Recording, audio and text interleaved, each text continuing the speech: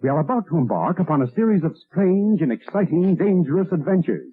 Adventures that will lead us to all parts of the world. Hello and welcome to another Bad Comic Review. This time we're looking at Wonder Woman, issue 798. This is a tie-in to Lazarus Planet, Revenge of the Gods. And you will have to have read Lazarus Planet, Revenge of the Gods 1 through 3 before getting to this issue, because it's going to make zero sense otherwise. So the reading order goes Revenge issue 1, Wonder Woman 797, then Revenge issues 2 and 3, then this issue. And the main story was written by Becky Cloonan and Michael Conrad. Art by Amancay Nahuelpan, colors by Tamara Bonvillain, letters by Pat Brosseau, cover art by Yanick Paquette and Nathan Fairbairn. Assistant editor was Rebecca Bonnihan, edited by Brittany Holzer, group editor Paul Kaminsky. The concept of the cover is really good, but what is going on with Wonder Woman's face? That is weird looking. She looks like the witch from Grimm's Ghost Stories, if you're old enough to remember the Gold Key book. But otherwise, the concept is good, and the color schemes look really good. Colors do pop.